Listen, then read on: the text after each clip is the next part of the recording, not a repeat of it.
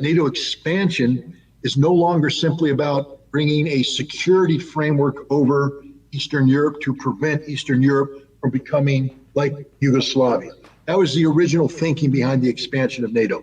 We must secure Eastern Europe to prevent Europe from confronting a series of Yugoslavia-type breakups and conflicts.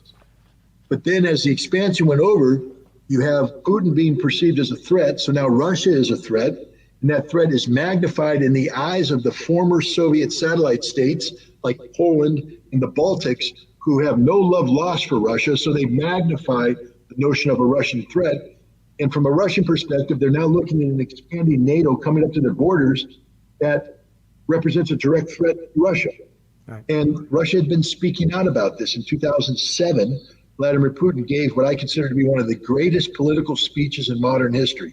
And that is addressed before the Munich Security Council, where he was supposed to be brought in as an act of surrender.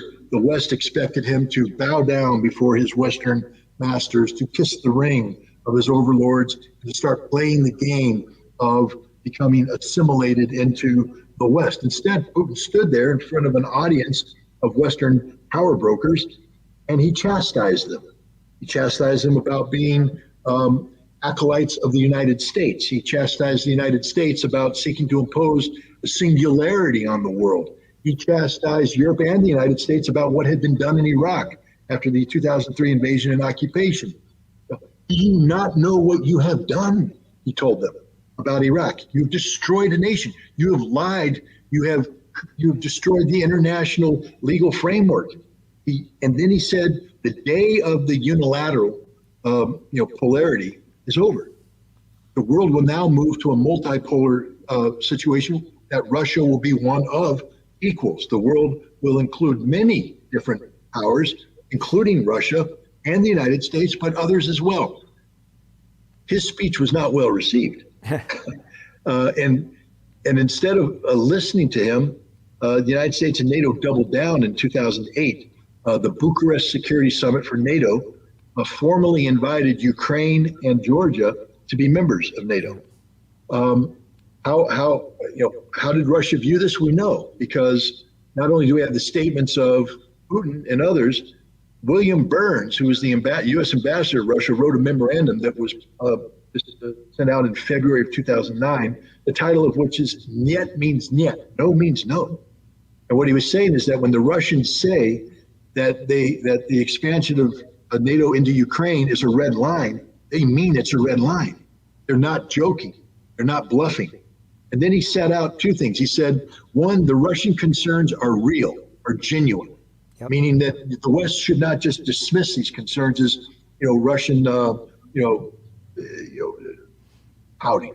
No, this is a real concern. The consequences, and this is a very important part of his memorandum, the consequences of ignoring Russia will mean that in the future, Russia will have no choice but to militarily intervene, which will result in the destruction of Ukraine, the loss of Crimea, and the loss of Donbass. This was written in 2009, pre-2014. And already the U.S. Ambassador, William Burns, knows that if NATO keeps expanding, the outcome will be a Ukraine that is destroyed and which no longer includes Crimea and the Donbass. So the West can't claim, as Michael McFaul, who was later the U.S. ambassador under Barack Obama, he has repeatedly said that when he was with the National Security Council and when he was ambassador, he never heard about Russia's concerns about NATO, implying that Russia's just making this up.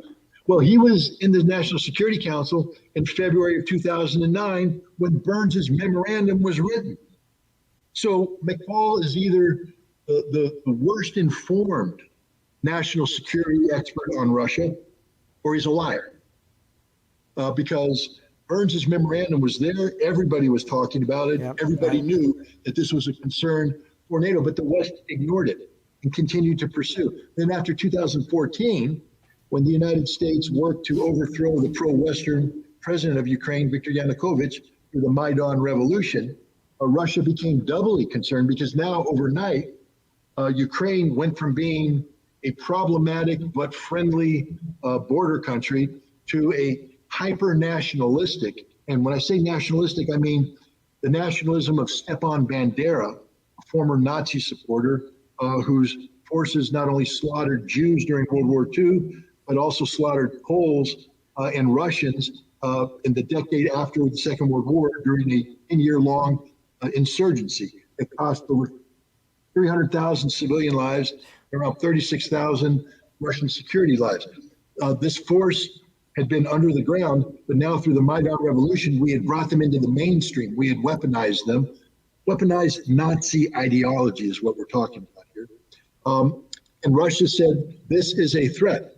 And that began a threat to Russia because they were basically seeking to purge Russian culture, Russian language from Ukraine, which they wanted to be a pure Ukrainian state.